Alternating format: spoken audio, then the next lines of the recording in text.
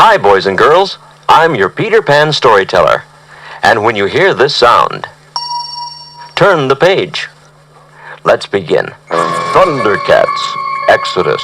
The planet Thundera had only a little time left. Soon it would explode into glowing fragments and be snuffed out of the sky forever. Already its people had taken off in a fleet of starships to seek a new home in a distant galaxy.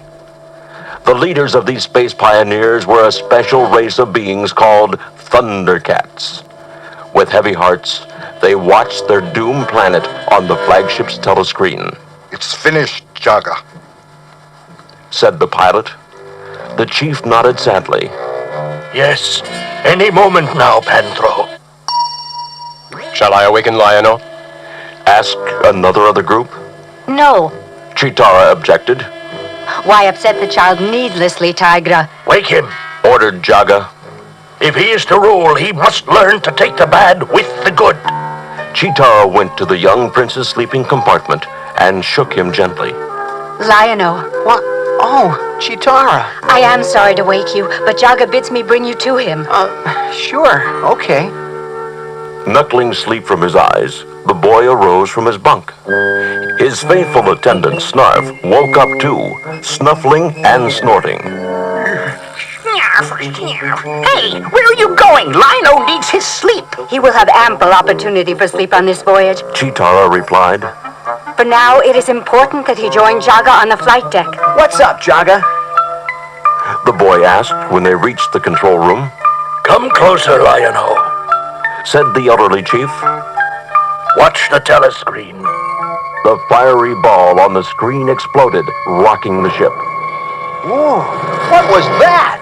That was Thundera, Lion-O. The planet we called home. Thundera? But... The little prince fought back tears. Never again would he see his boyhood scenes. Jaga put an arm around him. "Yes, Lion-O.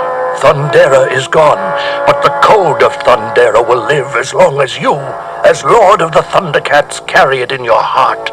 It will be your sacred duty to rule according to that code in our new home, wherever that will be. Justice, truth, honor, loyalty." I will, Jaga. I swear it. Said the prince. But then his voice broke. I mean, I'll try. He was, after all, just a little boy. "Yes, I know," said Jaga. "It is an enormous responsibility for one who is not yet a man. But you are not alone, Lion-O. The nobles gathered here, Panthro, Chitara, Tigra, even Wily Cat and Wily Kit, will be teaching the skills you need to rule wisely and well." No mention of old Snarf, I noticed. The prince's faithful pal muttered sulkily.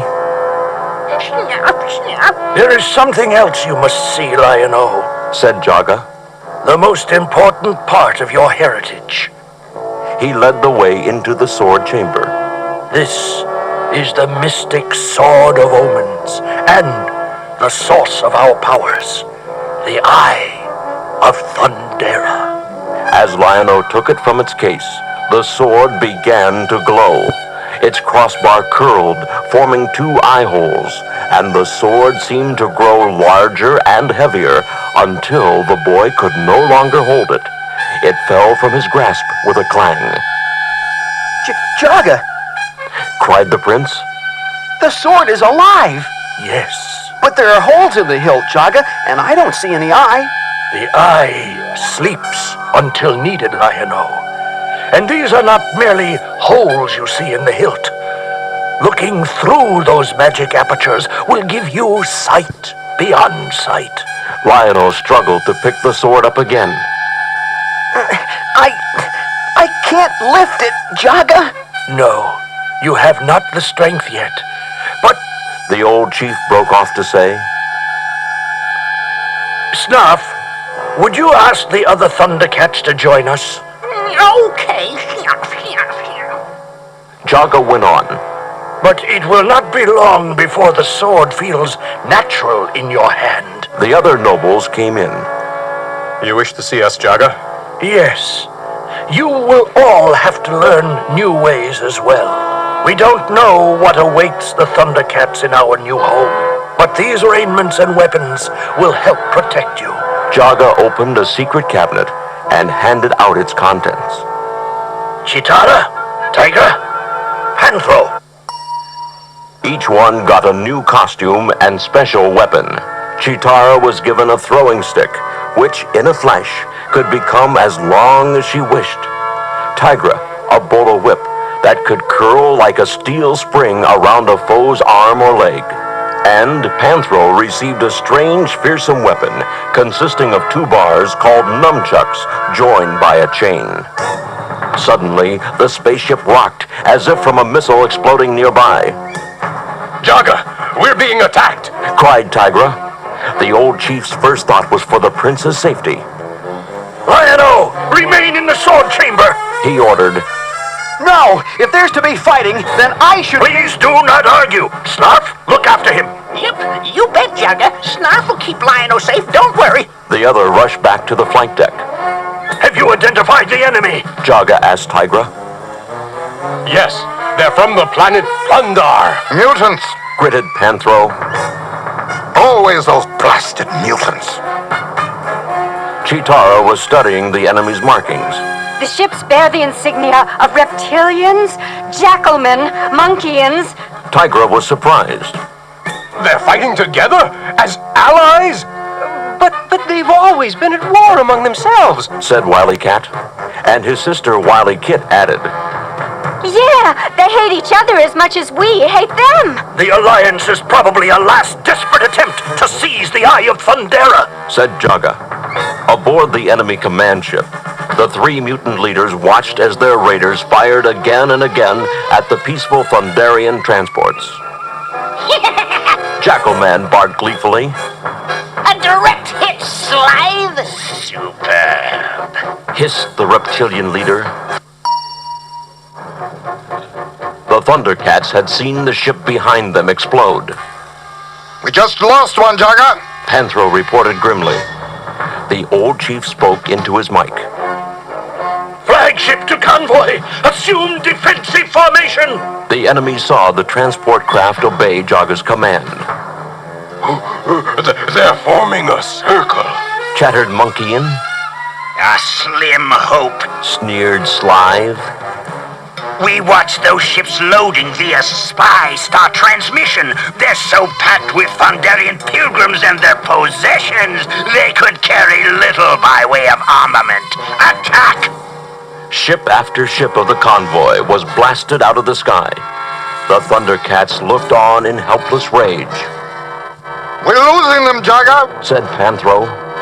We're losing all our ships. Except for ours. Said Chitara. We haven't taken a single hit. No, Jaga replied. they know that the flagship would be carrying the Eye of Thundera. They won't risk losing it. Zap. The ship rocked slightly.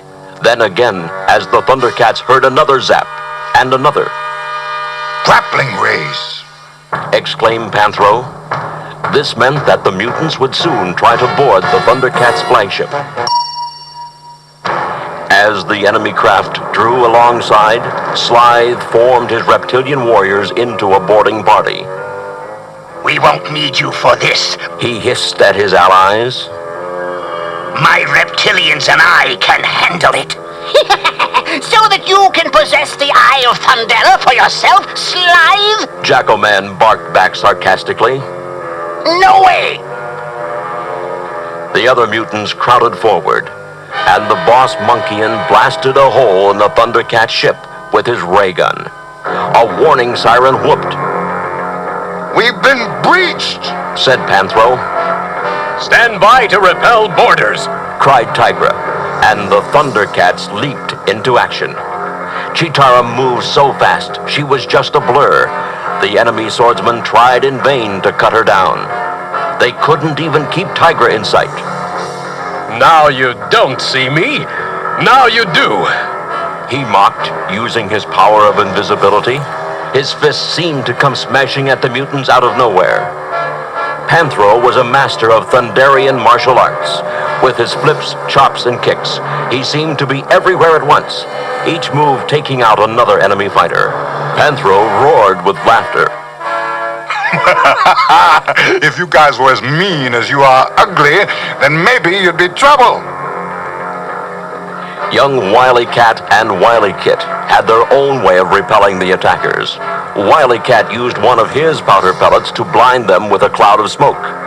Wily Kit used one of hers to send them into violent sneezing fits. Meanwhile, Jaga was fighting off 3 mutants at once with his skilled swordsmanship. Where is your leader, that wretch Slithe? He demanded contemptuously.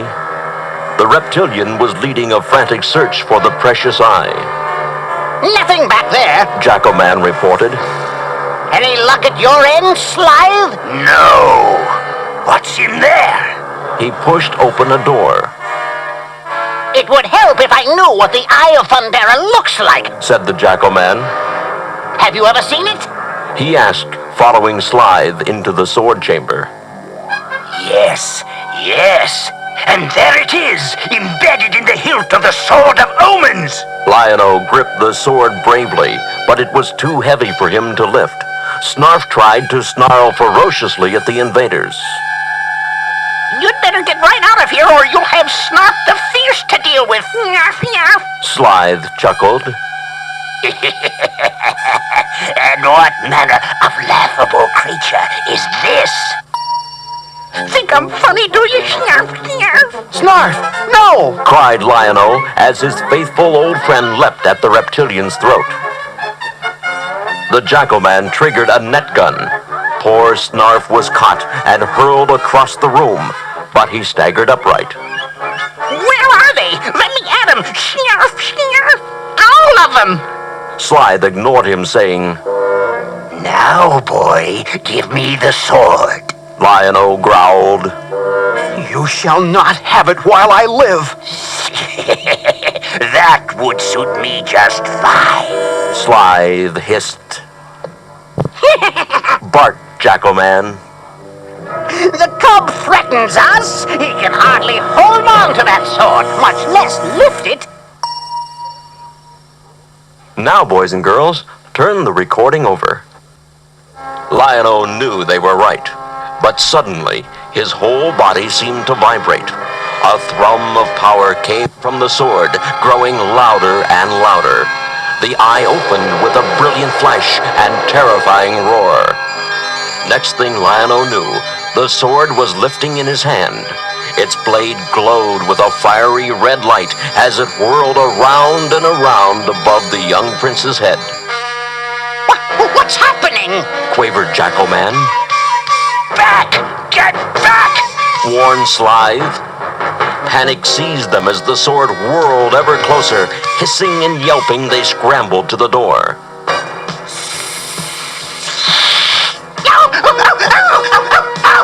Back to the ship! Slithe cried to his raiders. In moments, the enemy cruiser was in full flight. The Thundercats hurried to check on the young prince. Lion-O, you're not hurt! Asked Jaga. Nah, Snarf took a few lumps, but I managed to hold him off. The youngster boasted. You did it with the sword? Well, Lion-O admitted sheepishly. the sword kind of did it for me. The other Thundercats laughed in relief, but the situation was bad. With their ship's navigational system damaged, they had no chance of reaching the distant galaxy they had chosen for their new home. Panthro tuned the video screen. See this puny little sun? I've run a galactic scan for atmospheric compatibility, and this blue planet, the third one out, gives me a readout of 96%. The young prince looked puzzled. Atmospheric That means we could breathe the air, Lion-O. Said Tigra. Even so, it's light years away. Chitara complained. Wily Cat made a face. Oh, yeah. We'd have to make the trip in the suspension capsules. Even worse, while the others hibernated, one Thundercat would have to stay awake to pilot the ship manually. Jaga had chosen this duty for himself. knowing he was bound to perish long before they reached their new home. He brushed aside all their protests. Enough! I am by far the oldest of you. Even though the suspension capsules slow down the aging process, some aging does take place. Even in suspension, I could not live long enough to complete the journey. So let's not have any more talk. Enter the capsules. Months and years went by. Jaga steered the ship bravely until he became too old and feeble. I can't go on. I pray the robot pilot can take it from here. His trembling fingers reached out to press the robot pilot button. Then he slumped over the controls. Long afterward, the Thundercat ship plunged into the Earth's atmosphere, but its landing rays failed, and it crashed in a jungle, spilling objects all over. Among them were the suspension capsules, and one broke open. Slowly, Snarf climbed out, rubbing his head. I just knew I wasn't going to like this. But what had happened to the young prince? Lion-O! Snarf shouted. He ran around, peering into the other suspension capsules until he saw the face he was looking for. Lion-O, it's him! He ripped the lid open. Wake up, Lion-O! It's me! It's old Snarf! He cried, licking the boy's face. What are you doing, Snarf? Get away! Lion-O tried to sit up and bumped his head. Ow! What in the... Oh, the suspension capsule. But how did it get to be so small? I was really worried, Lion-O. Said Snarf, hopping about excitedly. I was sure it was all going to turn out. But the prince was too puzzled to listen. Everything seemed to have shrunk compared to himself. You look a lot smaller too, Snarf. What's going on? And my hands. Look at the size of them. He walked over to a pond. His reflection in the water showed a tall, strong young man. Then Jaga's voice came echoing back in his memory. Even though the suspension capsules slow down the aging process, some aging does take place. And suddenly Lion-O realized... Why, I'm grown. Snarf was rooting around the wreckage. He came running up, holding the prince's space teddy bear. Look what I have for you, Snarf. Oh, what's this, Snarf? A toy? Good grief, I'm too big for toys. Can't you see that? His old friend was crestfallen. I guess you'll just always look little to faithful old Snarf. The mutant space cruiser came zooming down from the sky. Snarf gaped in dismay. Lion-O, look out! He cried. The mutants are back! Snarf! Landing rays flashed from the spaceship. A moment later, Slythe and his partners were teleported down. Lion-O and Snarf ducked behind some bushes as they swarmed over the wreckage. Mutants? Lion-O frowned. They look like, I don't know, like I should remember them. Real bad, Lion-O. Oh, I just knew we hadn't seen the last of that bunch. Fearful and jittery, Snarf wriggled backward, deeper into the underbrush. Ow! What the go-darn? He turned to see what had jabbed him. It was the Sword of Omens, lying against a log, with its point aimed right at his back. Lion-O, look! Shh! Good grief, Snarf, what's the matter with you? We're in big trouble here, and you bring me another stupid toy? Get away! The mutants were ransacking the Thundercat spaceship. Search carefully. Hissed Slythe. The Eye of Thundera must be in the wreckage somewhere. Over here. The monkey chattered. One of the Thundercats is still in his capsule, and here's another. Snarling with excitement, the Jackal Man began hacking at a capsule. The other mutants joined in. An alarm bell rang in Lion-O's memory. Those capsules, there's something important about them somehow. Something inside them that, let me see, something that... Suddenly, he remembered. No! No! Stop! He cried and charged out at the mutants. And who is that? Snarled Jackal-Man. What does it matter? Leered Slithe. The question will soon be, who was that? Lion-O fought wildly, and Snarf tried to help, but they were outnumbered. The prince was hurled back into the jungle shrubbery. His hand felt something, the hilt of the sword that Snarf had tried to show him. The sword began to glow, and Lion-O jerked as if from an electric shock. He picked up the weapon, frowning. This sword? I know this sword. It's... I can't remember. It's... A misty figure appeared, saying, Lion-O, Jaga? Is it really you? You're still with me? I will always be with you, Lion-O. Pay heed, for it is your destiny that you hold in your hand. The eye of Thundera, the source of the Thundercats' power. Yes, I remember. Sight beyond sight. The crossbar curled, and Lion-O peered through the eye holes, then thrust out the sword at arm's length. It was growing bigger, and the eye was glowing brighter. Thunder! Thunder!